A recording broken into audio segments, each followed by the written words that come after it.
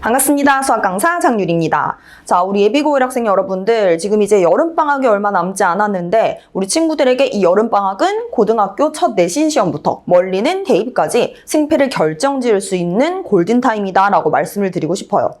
우리 친구들이 지금 중학교 수학에서 이제 고등학교 수학으로 넘어가면서 굉장히 많은 혼란을 겪고 있을 텐데, 이 영상을 통해서 우리 친구들의 고등학교 3년이 바뀔 수 있는 결정적인 계기가 될 수 있도록 저의 모든 노하우를 담아 설명해 드리겠습니다. 자, 바로 예비고1을 위한 수학학습 전략 시작해 보겠습니다. 자, 시작하기 전에 목차를 먼저 말씀드리겠습니다. 일단 첫 번째, 과연 고등학교 수학은 중학교 수학과 어떤 점이 다르고, 그리고 어떤 식으로 공부를 시작해야 하나 말씀을 드릴 거고, 그리고 두 번째로는 상위권으로 가기 위해서 내가 예비 고1 때 어떤 학습 전략을 짜야 하나, 그리고 마지막으로는 이제 우리 친구들이 좀 많이 했던 질문 위주로 Q&A 시간을 가져보도록 할게요. 자, 그럼 첫 번째, 고등수학은 과연 중학교 수학과 무엇이 다를까? 자, 일단 첫 번째로는 고등학교 수학은 중학교 수학과 학습의 양과 질이 엄청나게 차이가 납니다. 우리 친구들이 이제 중학교 때는 개념서 하나랑 유형서 하나만 제대로 좀 파놔도 어느 정도 좀 점수가 나왔을 거거든요. 근데 이제 아무래도 고등학교 수학은 좀 난이도가 있고 양도 좀 많기 때문에 개념서에다가 기본 유형서, 그리고 심화 유형서, 그리고 이제 모의고사 기출, 그리고 학교 부교재, 학교 프린트 이렇게까지 해야지 그나마 내신 경쟁을 해볼 만합니다. 그러니까 우리 친구들이 중학교 때 공부했던 방식으로 고등학교에 딱 올라가게 되면은 낮은 점수로 시작을 할 수밖에 없고, 확실하게 공부하지 않으면 내가 원하는 점수를 받을 수가 없다는 거죠. 아, 그럼 어떤 식으로 시작을 해야 하나요? 우리 친구들이 이제 수학 공부를 딱 시작할 때 개념서랑 유형서로 시작을 하죠. 근데 그 유형서가 이제 기본 유형서가 있고 기본 심화 섞인 유형서 뭐 등등이 있는데, 일단 처음에 시작할 때 막 단순 계산만 있는 그런 기본 유형서로 시작하는 건 좋지 않습니다. 왜냐면 이제 요즘 내신 시험이 많이 어려워졌기 때문에 기본적인 문제도 좀 생각하는 문제들이 많이 출제가 되거든요. 그래서 시작을 하실 때 개념서에다가 기본 심화가 좀 적절히 섞여 있는 그런 유형서 있죠. 예를 들어 뭐 아플 시너지나 아니면 뭐 셈 같은 거, 그런 걸로 시작을 하셔야지 어느 정도 맷집이 길러진다는 거죠. 자, 그러면 이렇게 고등수학이 좀 양과 질이 좀 근본적으로 변화함에 따라서 당연히 우리가 중학교 때에 비해서 고등학교 수학 공부하는데 굉장히 일단 시간이 오래 걸려요. 그러니까 딱 고등학교 들어가서 시간이 엄청나게 부족하구나 느끼실 거예요. 그래서 무조건 이 시기에 예습을 필수로 하셔야 한다. 자, 일단 우리가 고1 딱 들어가면 이제 좀 적응 한번 해볼까 하면 갑자기 3월 모의고사 본대요. 그리고 끝나고 나고 이제 공부 한번 해볼까? 이러면 갑자기 수행평가 본다 그러고, 갑자기 중간고사래. 이런 식으로 어찌저찌 가니까 갑자기 기말고사 끝나 있고 1학기 끝났다. 내 성적 어쩌지? 나는 정시로 가야겠다. 이런 친구들 굉장히 많거든요. 근데 사실 정시가 더 어려우면 어려웠지, 고1 수학을 어차피 제대로 해놓지 않으면 정시까지 가지도 못하고요. 수능 절대 못 봅니다. 그러니까 우리 친구들이 당연히 일단 들어가자마자 시간이 너무 부족하기 때문에 지금 이 골든타임에 예습을 해 놓으셔야 한다는 거죠. 자, 그럼 쌤, 왜 이렇게 시간이 부족한 거예요? 뭐 수학이면 수학이지 뭐가 그렇게 다르다고. 자, 어떤 점이 다른지 한번 바로 보여드릴게요. 일단 우리가 중학교 수학하고 고등학교 수학은요, 접근법부터가 다릅니다. 중학교 수학 문제는 조금 이제 약간 직관적이고 단순 계산 위주가 많거든요. 근데 이제 고등학교 수학 같은 경우에는 문제 자체가 굉장히 논리적이고 복합적인 개념이 출제가 돼요. 자, 제가 한번 예시 보여드릴게요. 자, 이 두 문항을 보시면은, 자, 이 두 문항이 만약에 배점이 똑같아. 한 문제만 풀어? 그럼 우리 당연히 이거 위에 거 풀지 않을까요? 뭔가 위에가 좀 짧고 쉬워 보여. fx의 최소값이 3이야. 직관적이야. 그리고 f4 구해라? 그냥 단순 계산이야. 그러니까 우리는 무조건 일단 위에 문제 풀게요 할 거예요. 근데 사실상 놀랍게도 이 두 문항은 아예 같은 문항입니다. 똑같은 문제예요. 근데 왜 이렇게 어려워 보일까? 자, 이 위에 문제가 중학교 수학 문제 스타일이라면 이 아래 문제가 제가 이 위에 있는 문제를 수능형 문제로 한번 바꿔봤어요. 그거 딱 봐도 뭔가 어려워 보이죠? 그러니까 우리 친구들이 딱 고1 때 올라가면 이런 느낌이실 겁니다. 굉장히 체감 난이도가 확 올라가요. 아니, 왜 이렇게 어렵지? 같은 문제인데 뭐가 이렇게 복잡하고 일단 해석조차 안 되는 거죠. 그러니까 우리 친구들이 지금 이 시기에 고등수학 유형에 익숙해지시는 시간이 굉장히 많이 필요하다. 그러니까 예습은 필수다. 아시겠죠? 자, 그럼 두 번째.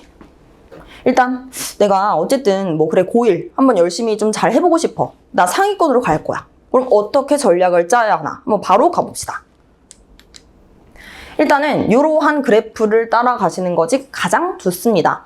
아무래도 일단 지금 기준으로 한번 말씀을 드리면은 웬만하면 올해 안에 우리가 1학년 때 배우는 공통수학 1, 2를 다 끝내 놓으시는 것이 가장 좋습니다.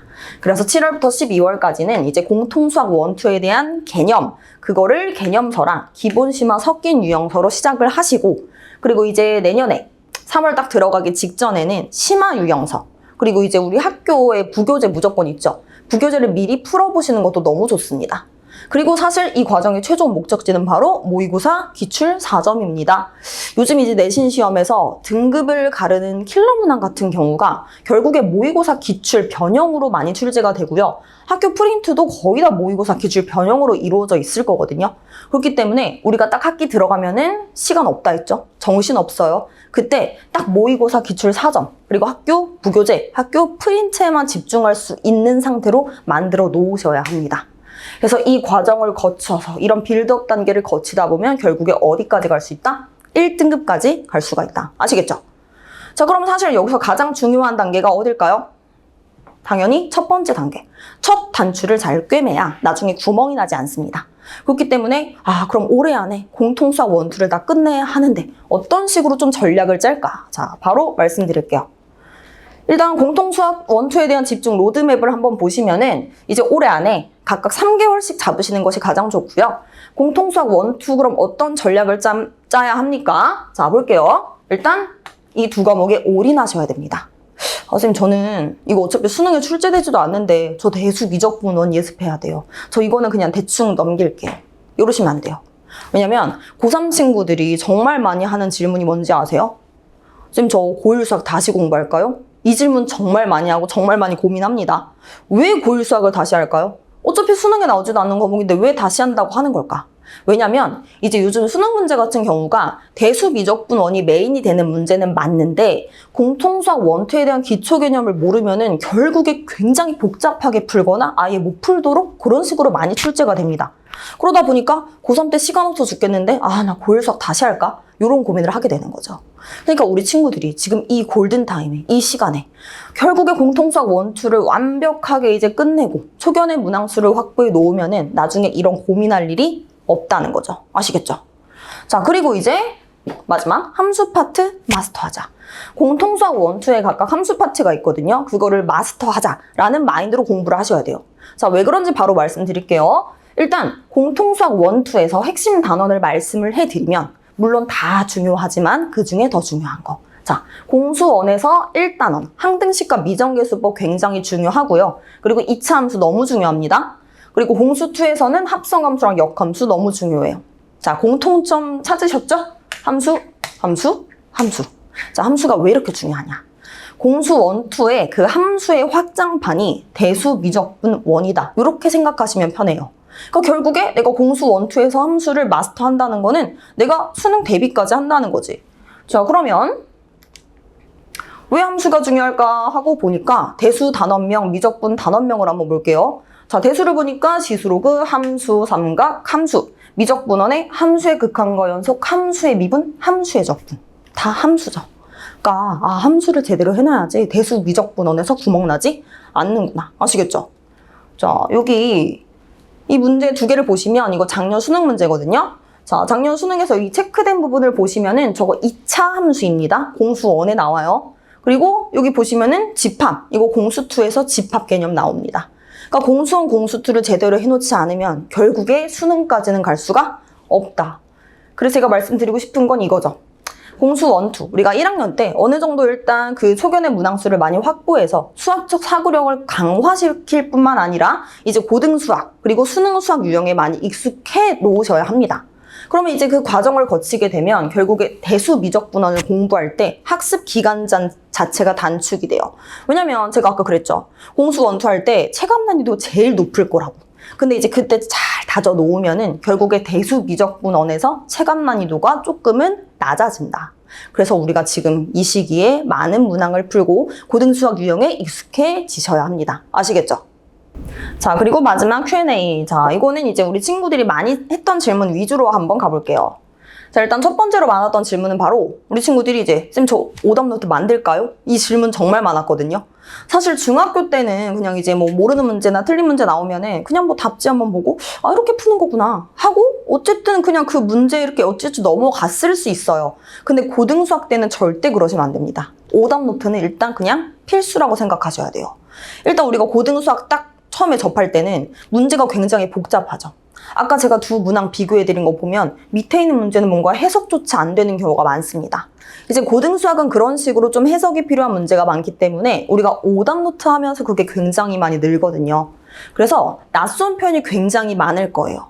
이제 우리 친구들이 그거를 교과서 개념으로 해석하는 그런 연습이 필요한데 그게 이제 결국에 오답노트를 하면서 많이 연습이 됩니다. 그래서 어느 정도 그런 문제 유형에 적응하고 나면은 내가 어려운 문제도 이제 그냥 거뜬하게 풀 수가 있다. 자, 근데 우리 친구들이 오답노트를 굉장히 싫어하는 이유가 있습니다. 왜냐면 오답노트를 뭔가 예쁘게 써야 될 것 같아요. 막 알록달록 써야 될 것 같고 문제 예쁘게 오려서 막 붙여가지고 그렇게 써야 될 것 같아요. 근데 이렇게 하면 처음에는 재밌을지라도 결국엔 질리거든요. 그럼 질리면 나중에 안 해요. 그러니까 오답노트가 아예 습관이 돼야 되는데 그렇게 막 처음부터 막 이렇게 무리를 하게 되면은 나중에는 결국에 안 한다는 거죠. 오답노트 그렇게 예쁘게 할 필요 없고요. 그냥 깔끔하게만 적자. 단 나의 사고 과정이 보이도록. 이제 저 같은 경우도 오답노트 할 때 옛날에 이제 그냥 A4 용지 딱 하나 접어가지고 그냥 샤프로 오답노트 했거든요. 어차피 수능도 샤프로 풀잖아요. 그러니까 그런 식으로 내 사고 과정이 보이도록 깔끔하게만 적으면 된다. 어차피 나중에 알록달록 해봤자 나중에 다 보지도 않습니다. 아시겠죠? 자, 그리고 이제 우리가 오답노트를 하는 가장 결정적인 이유가 뭐냐면은 시험 볼 때 일단 시간이 단축돼요. 우리 친구들 그런 친구들 있죠? 시험 문제 풀 때 막 여기 풀었다가 저기 풀었다가 저기 풀었다가 저기 풀었다가 근데 이렇게 엉망으로 풀게 되면은 이거 답 왜 안 나와? 하고 내 시험지를 다시 보면은 어디서부터 잘못된 거지? 그게 뭔가 파악이 안 돼요.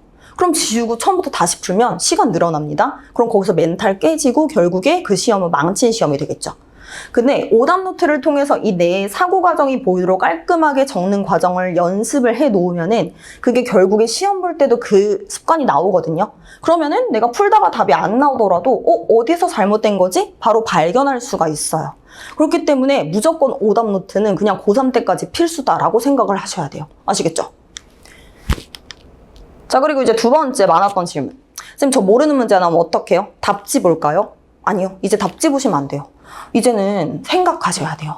그 생각하는 과정 속에서 실력이 엄청나게 많이 늘어날 거예요. 그러니까 우리가 이제 뭔가 문제를 볼 때 이거 어떻게 푸는 거야 하고 바로 답지를 봐버리면은 결국에는 그거 나중에 한 이틀 뒤에 풀어봐 하면 절대 못 풀거든요. 그러니까 우리가 이제 생각하는 과정 속에서 내 사고 과정 자체가 교정이 되고 내가 그 접근법 내 머릿속에 누적시키는 거죠. 자, 그래서 어쨌든 이 모르는 문제를 내가 생각해서 어떻게든 풀어냈어. 그럼 사실상 그 모르는 문제는 틀린 문제거든요.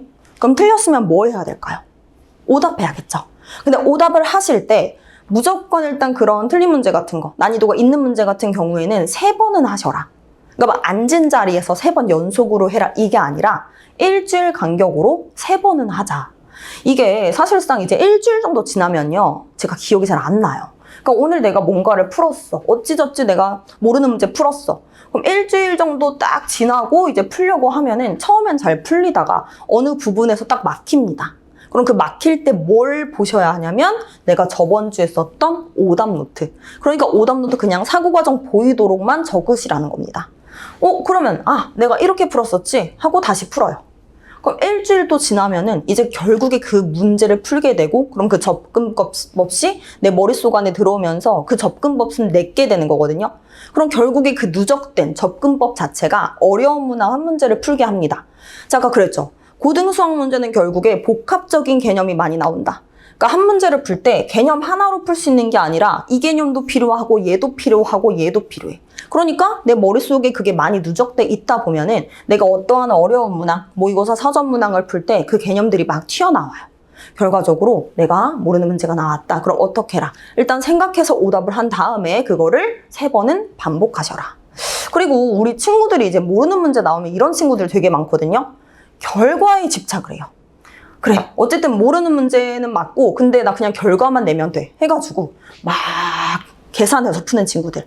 예를 들어 3차 함수 설정해야 되는데 막 AX세제곱 플러스 BX제곱 플러스 CX 플러스 D 이렇게 해놓은 다음에 그냥 다 대입해서 막 연립 때리는 친구들. 이거 이제 안 통해요.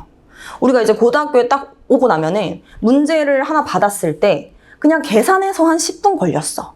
근데 사실상 이거 그래프 그리면 1분 안에 풀 수 있는 문항들이 굉장히 많거든요. 그러니까 우리 친구들이 이제 결과에 집착하는 습관은 버리셔야 합니다. 어떻게 해야 되나? 결국에 내가 그 문제를 딱 봤을 때 생각을 해요.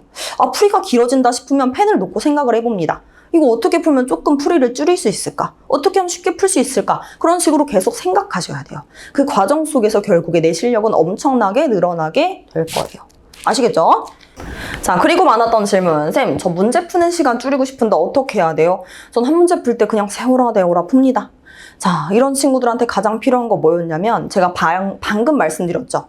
계산으로 막 풀려고 하지 마라. 계산을 해서 어떻게든 결과만 내려고 집착하지 마라. 그러니까 어떤 문제를 풀 때 막 계산만으로 푸는 게 아니라 이제는 도형으로 접근하는 걸 배우셔야 합니다. 자, 쌤이 좀 약간 예시도 한번 2개 들어드릴게요. 자, 일단 기울기가 2인 두 직선이 있습니다. 만약에 힌트가 이 직선 위에 두 점이 있고 두 점 사이 거리가 루트 5다 라고 했어요. 그러면은 일단은 첫 번째는 그냥 냅다 계산으로 한번 해볼게요. 이 두 점이 결국에 이 직선 위의 점이니까 이 두 점을 일단 얘한테 대입해. 그럼 2개의 식이 나와요. 그리고 이 두 점 사이의 기울기가 2라고 했으니까 C-A분의 D-B가 2야. 그럼 세 번째 식이 나오죠. 그리고 두 점 사이 거리가 루트 5니까 그럼 루트 크게 하고 C-A 제곱 더하기 D-B 제곱이 루트 5다. 그럼 식 4개가 나올 거고 그거를 열심히 연립해가지고 풀면 뭔가 나오기는 하겠죠. 근데 그렇게 풀면요, 결국에 식만 한 이만해지고 시간은 더 오래 걸리고, 그러니까 그렇게 하면 이제 안 된다는 거예요. 한 문제를 풀 때도 결국에 도형 문제가 아닌 문제에서도 도형으로 접근하려고 노력을 하셔야 돼요. 자, 이건 한번 도형으로 풀어볼게요. 그래, 어쨌든 두 점 사이의 거리가 루트 5라고 했어. 그리고 이 두 점 사이 기울기가 2야. 근데 기울기라고 하는 건 이 두 점의 x좌표의 차와 y좌표의 차의 그 비가 2라는 거거든요. 그러면은 이 두 점의 x좌표의 차를 이렇게 직선 선분 하나 그어보고 이 두 점의 y좌표의 차를 이렇게 그었을 때 결국에 이 길이분의 이 길이가 2라는 거구나. 그러면 각각의 길이를 p, 2p로 두게 되면은 직각 삼각형 하나가 보입니다. 그럼 직각 삼각형이라는 도형이 보이는구나. 그럼 여기서 피타고라스 해주면 되겠다. p의 제곱 더하기 2p의 제곱은 루트 5의 제곱이다. 그럼 p는 1이고 이 점에서 x축으로 1, y축으로 이만큼 가면 이 점이 나오는구나. 이게 사실상 쓸 필요도 없이 머릿속에서 다 이루어집니다. 그러니까 우리 친구들이 이제 한 문제를 풀더라도 결국에 도형으로 접근하다 보면은 풀이가 확 준다는 거죠. 이 연습이 너무너무 필요해요. 그럼 우리가 도형이 좀 싫은 이유가 뭐냐면 중학교 2학년 때 닮음 합동 이런 거 나오면서 갑자기 수학을 포기하는 친구들이 굉장히 많아졌거든요. 저는 좀 수학은 아닌 것 같습니다. 자, 근데 고등학교 수학 잘하시고 싶으시면 결국에 우리가 그때 배웠던 닮음, 합동을 어느 정도 복습하시고 오는 게 가장 좋다. 결국에 도형을 보는 시각을 기르셔야지 우리가 문제를 풀 때 풀이를 줄일 수가 있다는 거죠. 제가 예시 하나 더 보여드릴게요. 자, 이것도 기울기가 2인 두 직선이 있는데 이제 이게 공수 2에서 나오거든요. 대칭, 평행이동, 대칭이동. 자, 일단 이 첫 번째를 보면 A, B라는 점이 있습니다. 이 점을 이 직선에 대해서 대칭한 이 점의 좌표를 구해라. 이런 식으로 나와요. 그러면 우리가 딱 생각을 해봅시다. 그러면은 이 A, B를 이 직선에 대해서 대칭시킨 점이 C, D니까 2가지 힌트가 떠올라요. 그럼 이 두 점을 이은 선분과 이 직선이 수직일 테니 이 두 점 사이 기울기는 마이너스 2분의 1이겠다. 그리고 일단 이 두 점의 중점이 바로 이 직선 위에 있겠구나. 그럼 그걸 식으로 세우면은 C-A분의 D-B는 마이너스 2분의 1이다 하나. 그리고 얘네들의 중점 2분의 A 플러스 C, 2분의 B 플러스 D가 이 직선 위의 점이니까 대입한 식 하나. 그럼 열심히 그거 연립해가지고 뭔가 나오기는 하겠죠. 근데 그것도 마찬가지로 시간 오래 걸립니다. 그러지 마시고 도형으로 한번 접근을 해보자. 제가 어쨌든 방금 전에 말씀드린 2가지 힌트. 두 점 사이 기울기 마이너스 2분의 1이다 하나. 그리고 이 두 점의 중점이 이 직선 위에 있다 하나. 이 2가지를 기억하셔서 그 2가지를 도형으로 해석하자는 거죠. 자, 그럼 쌤, 이 두 점의 중점이 바로 여기 있습니다. 그럼 중점이니까 이거 길이 똑같을 거고요. 그리고 얘 두 점 사이 기울기가 마이너스 2분의 1이니까 얘도 기울기 마이너스 2분의 1, 이것도 기울기 마이너스 2분의 1. 근데 쌤이 그랬는데 결국의 기울기는 이 두 점, 그리고 이 두 점의 x좌표의 차, 그리고 y좌표의 차의 b다. 그럼 마이너스 2분의 1이 나온다는 거는 얘 길이가 2p, 얘 길이가 p. 얘도 2p, p. 얘네 둘이 길이 똑같으니까 둘은 합동. 그러니까 합동인 두 직각 삼각형이 나오죠. 그런데 결국에 이 점은 A, B에서 그럼 X축의 방향으로 2P만큼 갔고 Y축의 방향으로 마이너스 P만큼 간 점이야. 같은 이동으로 결국에 이 점의 좌표도 2P만큼 갔을 거고 P만큼 내려왔을 거야. 근데 이 점이 누구의 점이기 때문에 이 직선 위의 점이기 때문에 이 점을 얘한테 대입하는 순간 결국에 P가 나올 거예요. P가 뭐 예를 들어 2다. 2라고 나왔다. 그러면은 얘가 2, 얘가 4. 얘가 2, 얘가 4. 그럼 결과적으로 얘 좌표도 얘를 통해서 구할 수가 있다는 거죠. 그러니까 이제 우리가 이런 식으로 풀게 되면은 사실 막 계산 필요도 없고요. 그냥 이 그래프 안에서 끝나게 됩니다. 그러니까 이런 거를 연습하셔야지 그래도 우리가 고등수학에서 풀이를 확 줄일 수 있고 시험 시간 내에 내가 문제를 풀 수가 있다는 거죠. 아시겠죠? 그리고 이제 마지막 질문. 우리 친구들이 또 많이 하는 질문 중에 이런 거. 시험 시간 단축시키고 싶어요. 지금 저 시험 시간. 그러니까 항상 이 시험 시간을 주면은 그 안에 문제를 다 풀어본 적이 없습니다. 어떻게 해야 될까요? 자, 이거는 결국에 시간 재고 연습하는 타임 어택 훈련이 무조건 필요하거든요. 그러니까 우리 친구들이 모의고사 볼 때나 뭐 쪽지 시험 볼 때 시간 재고 풀잖아요. 그거랑 똑같아요. 평소에 문제 풀 때 시간 재고 연습을 하는 겁니다. 그러니까 어쨌든 우리가 뭐 한 문제를 풀 때 얼마나 그럼 시간을 재야 하나 하는데 제가 이제 모의고사 기준으로 말씀을 드리면 모의고사 2, 3점 유형 같은 경우에는 그래도 한 문제당 한 30초 이내 또는 1분 이내 이렇게 푸시는 게 가장 좋고요. 그리고 모의고사 4점 유형 같은 경우에는 뭐 난이도가 다 다르긴 하지만 어찌됐든 간에 일단 6분은 넘어가지 말자 이렇게 말을 해요. 그래서 우리 친구들이 처음에 좀 힘들겠지만 어느 정도 시간 재고 연습을 하는 걸 이제 딱 길러주면은 그 시간 내에 떠올리는 연습이 됩니다. 그러면서 점점 시간이 단축이 될 거예요. 근데 사실 이것보다 더 중요한 건 뭐냐면 문제 보자마자 풀이가 딱 떠오르도록 그냥 평소에 연습을 하는 것이 가장 좋습니다. 아시겠죠? 자, 그럼 정리해보면 이 시기에 그럼 지금 저는 뭘 해야 될까요? 지금 이 예비고일, 이 골든타임에 저는 뭘 해야 될까요? 자, 뭘 해야 하시냐면 일단 개념을 시작하셔야 되는데 공통수학 1, 공통수학 2 개념서랑 그리고 처음 시작은 기본심화 유형서로 시작을 하셔라. 그리고 두 번째로는 함수 파트 마스터하자는 마인드로 공부하자. 그리고 마지막으로는 오답 이제 시작하셔야 되고요. 그리고 이제 문제 풀 때 도형으로 자꾸 접근하려고 노력하세요. 아시겠죠? 그래서 지금 이 시기는 고등수학 유형 그리고 수능수학 유형에 익숙해지는 시기이기 때문에 어느 정도 일단 고등수학 유형을 마스터하자. 그러고 나서 학교에 들어가자. 이런 마인드로 공부를 하셔야 합니다. 아시겠죠? 자, 오늘 이렇게 예비고일 수학학습 전략 한번 설명해 드려봤는데 이 영상이 도움이 되셨으면 좋겠고 우리 친구들이 지금 굉장히 많은 혼란을 겪고 있고 굉장히 많이 힘들 테지만 지금 이 시기를 잘 보내면은 결국에 나중에는 이제 위너가 돼 있을 거라는 거.